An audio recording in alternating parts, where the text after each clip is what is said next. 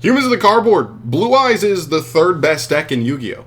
Now, it's not right now, and it's not going to happen until February 7th for us, but right now in the OCG, with their new Supreme Darkness set coming out, this deck is performing as the third best deck in the OCG. We'll take a look at that in a sec, but yeah, like I said, we're not getting this structure deck until February 7th. This is 2.5 months away from the time I'm dropping this video. And this is also coming right after Supreme Darkness, which is very important because we're getting PRIMITE Another Barrel in that set. So we're getting some very key cards to make this strategy really, really cool. Even if you want to play super budget, this deck has Imperm, Nib, Ash, Veiler, I think all his hand traps in the list, and hopefully you should be able to get basically anything you really need for Blue Eyes, at least like the variants that are performing well in the OCG in this structure deck. So I think the structure deck's great.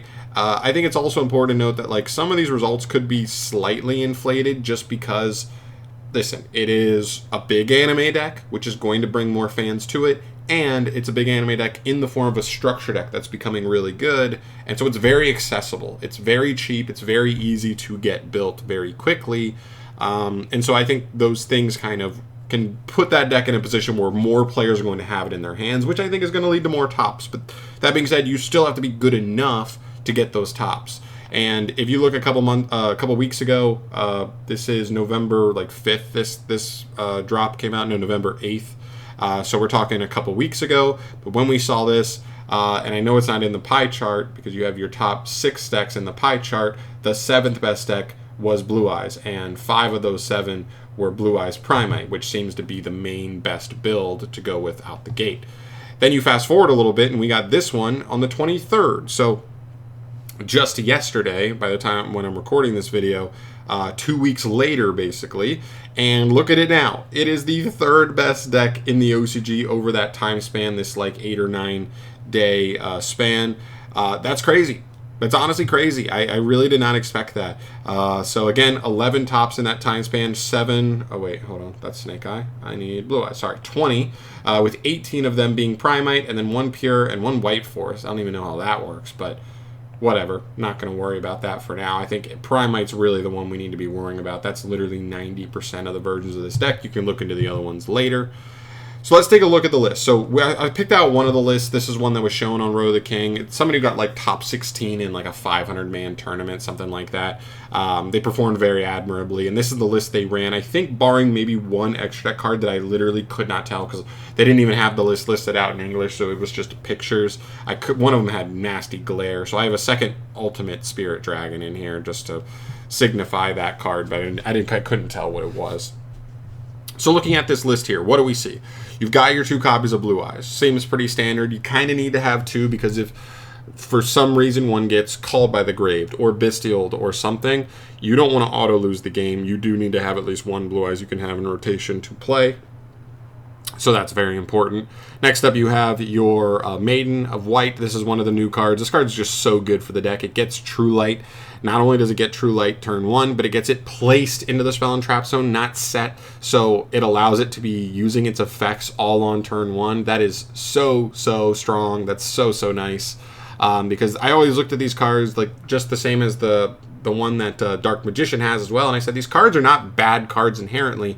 They're just slow, and this is just such a clean fix to a card like this, making it able to do its thing turn 1. Sage with Eyes of Blue. This is another basically starter card for the deck, and the deck has ways to do multiple normal summons, so opening multiple of these is just not even the end of the world. They actually pair together quite nicely. Yeah, both these cards are awesome, good consistency cards. Then you have Prayers with Eyes of Blue. This card's also insane. This card just discards a card that adds any level 1 Light Tuner and a Speller Trap that lists Blue Eyes in its text. That's so strong, man. That's actually so crazy. So being able to just search 2. This is a must Ash or must Purge target. But man, if it resolves, you have combo and then some. Because you're basically getting combo and the ability to beat a hand trap probably. If this resolves. So really, really strong card. 2 copies of Saga. This card is your extender. Just summons Blue Eyes. Unless you already control Blue Eyes, you can summon something better. That's cool. It's a good card. Usually this is one of the Speller Traps you're searching off of Prayers. Then there, so you like to have that target in deck. That's why you play 2. It's also not a terrible card to draw, just decent extender. Mausoleum of White. This is your kind of like your Salamangreat Sanctuary, your mandatory one copy of your field spell. You search it for free off your Link 1. Now, it's a little better than Sanctuary in terms of being a brick, because it does give you an additional normal summon for a level 1 tuner. So opening multiple of your normal summons, it can allow you to kind of unbrick those, and it gives you the ability to Foolish Burial of Blue Eyes, which matters. Just getting him in rotation actually is important. So this card's still pretty good for what it is, especially with how free you're able to get it in the deck. Then of course the True Light, just such an awesome card for the deck. Great card just in terms of like extending turn after turn. You just stockpile resources on this card. You have to be wary because this card is a little bit like what's that card? Fire King Island, where if this card is sent from the Spell and Trap Zone to the graveyard, you have to destroy all monsters you control. Depending on what you're ending on, that's not the worst thing in the world, because your Synchros float when they're destroyed, and if you have Hieratic Seal, like that card can kind of work around it a little bit to still maintain some advantage, but it's not a perfect scenario for sure. So there's that. And then you have Majesty with Dragons of White. This is a cool trap card for the deck, just based on how many raw vanilla Blue Eyes cards you have in rotation, hand, field, or grave. It just non-target pops that many cards. It's pretty good. It has some additional ritual effect in grave, but we're not playing that stuff. That stuff's going to be bad. But still a cool card, and like layered interruption is really nice. And then you get to the Primite engine. You've got 3 Another Barrel, 2 copies of Lordly Load, and 1 copy of Drill Beam. These cards are all really nice. I like the lines you can do off of this. Even just opening Barrel or Imperial Load allows you to end on like Hieratic Seal plus a Drill Beam. Which, like, just for that, for it to be a side engine that's also supposed to be like, you know what I mean, supporting the rest, even opening it by itself. For example, opening like one of those with 4 non-engine, you're still not that upset, right? You're still actually pretty okay with this scenario. There's some other cards I would consider playing that we'll talk about down in the side deck, but we'll get there. But really cool cards. Another Barrel is just such an awesome new card for Primite. At first I kind of undersold this card, but after messing with this card more and more, this card's convincing me that it's stronger and stronger, like all the time. So really nice assisting engine. Plus, he's a level 4 dragon, so he can be used to go straight into Spirit to get stuff in rotation, which is really good. All right, and then lastly, we finish up here by going through the non-engine. You've got your Prosperity, you've got Talents, you've got, of course, the OCG special of you have to play as many cards that stop Maxi as possible. Hilarious. Every single list plays these. It makes me sick. And then you have your, what is this, 11, 14, I think, hand traps. So decent amount of non-engine. I mean, if you include these 4, we're talking 18 non-engine here in a 41 card list. That could be 17 in a 40. That's a really solid number. And I think it's all in part due to like the massive consistency you have in the deck, right? Maiden, starter. Sage, starter. Prayer, starter. That's 9. This card's not a starter, but an extender. Then you have 3 Another Barrel. That's 12. And 2 Imperial Load. That's 14. And then if you even want to throw Prosperity in there, call it 15 basically 1-card starters. And then when you open them together, they do a really good job at just kind of stacking. They're not like redundant and awkward if they're starters. They stack on top of each other and allow you to push the engine even further and beat hand traps situationally. So really like that. All right, into the extra deck. 2 copies of the new Link 1. In case the first one gets negated, you want the second one to get Mausoleum in rotation. That's pretty important. Oh, I just deleted something from the side. Whatever. 1 Hieratic Seal. It makes sense, right? You're playing a dragon deck. Sometimes it's just nice. It's a guaranteed interruption just to make it sticky for your opponent to play into you. Even when your main play kind of breaks down. Your main play is to go into the Synchros, but if you can't get there, sometimes you're able to just put 2 dragons on field with like the Primite engine and just rely on Hieratic Seal. The one thing with this card is I wish there was a better target to summon off of it. Because like looking at the list currently, like even Bestial Magnamut I think would be more interesting, but this card has to summon either a Vanilla Blue Eyes or a Primite Another Barrel, neither of which do anything when they're summoned that way. So it is like just a little bit awkward that there is no actual good summon target here. If Bestials are good, I could imagine myself playing like a Magnamut and a Druid's Worm or whatever to give this card just like some slightly better targets, but it is what it is. Then SP, obviously just basic SP utility. You have Blue Eye Spirit Dragon. This guy is your quintessential like guy who gets you to your boss monsters because he can just tribute himself to summon any light dragon from your extra deck, I believe. So you go into the new Ultimate Spirit Dragon. This guy negates any card or effect activated on field. Very powerful. And they both float when they're destroyed, which is really nice. Crimson Dragon for some lines where once you already have like a 9 out, you can summon him and then summon something like Hot Red out, I believe. So just getting extra utility out of it is really cool. Because Spirit can actually can summon Crimson straight out of the extra, so that's cool. Yep. So Red Eyes, Hot Red Dragon Archfiend, Abyss. Good lord. Light Storm Dragon. This card on summon lets you just pop spell or traps up to the number of normal monsters in grave +1. Kind of nice, like low key against back row decks. Just nice utility card where even Blue Eyes Spirit Dragon, just if you summon this, you have at least one Blue Eyes in grave. So being able to just summon Light Storm Dragon off of this card on the opponent's turn and then pop 2 back row at least can actually be kind of nasty in certain matchups. Trishula. I'm not sure how consistently we're able to Trishula, but I believe you can just cheat it out off of Crimson, I think is what you're doing. Because Crimson counts as a synchro summon, I think, whatever you summon off of it. Yeah, so, target Blue Eye Spirit Dragon with Crimson, summon out either of these guys here is kind of cool utility, I guess. And then you get to the fusions. You can make the fusions pretty easily. Is it this one, Engrave?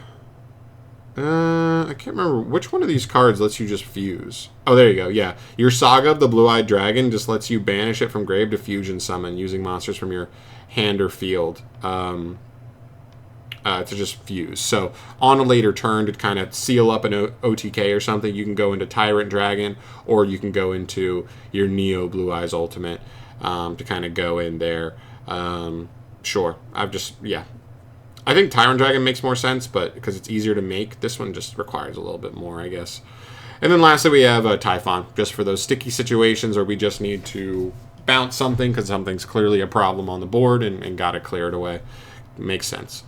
And then finally, you get into the extra deck here, or the side deck here, and some things. Neo Kaiser Seahorse is a card, I think the only card from the structure deck, other than the rank 8, that probably won't see play.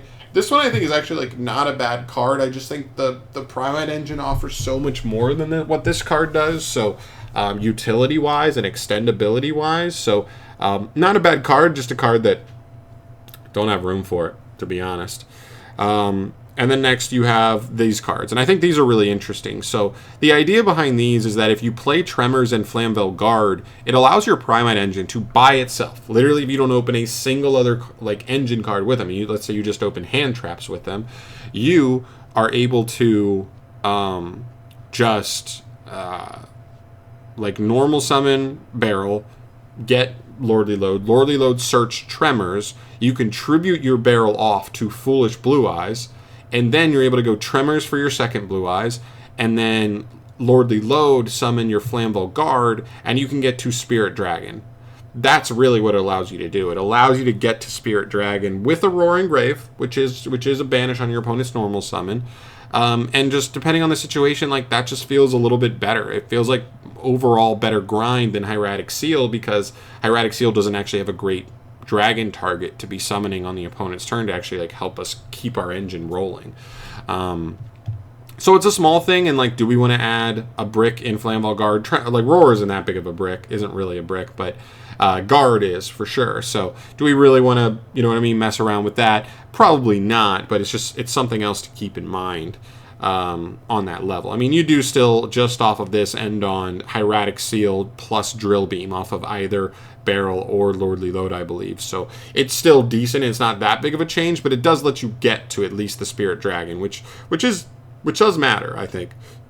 So just something else to keep in mind in that regard. But still, how often are you even just opening one of these and no other engine cards? You've got quite a few of them in the deck, so got to keep that in mind. But cool stuff nonetheless. Really excited to mess with this. The one thing I like about this deck is how the different starters kind of layer on top of each other. It almost feels Snake Eye-esque in just that, you know what I mean? You hand trap the Snake Eye Ash. They have another way to search into Poplar. You hand trap the Poplar. They could have Diabellstar or Wanted. and then, you know what I mean? Like, it feels like so hard to interrupt because they just have so many different cards that can kind of overlap on top and still get them there. Now, this deck I don't think has like the overall ceiling that deck has, but I still think it works in a similar manner. And nothing's really hit on the ban list for this card, like for this deck, like Snake Eye is at this point. So maybe it is better, just purely based off of, you know, their restrictions currently. But it's really cool nonetheless. I'm really glad Blue Eyes is actually performing. This makes the structure deck just so validated. It's awesome.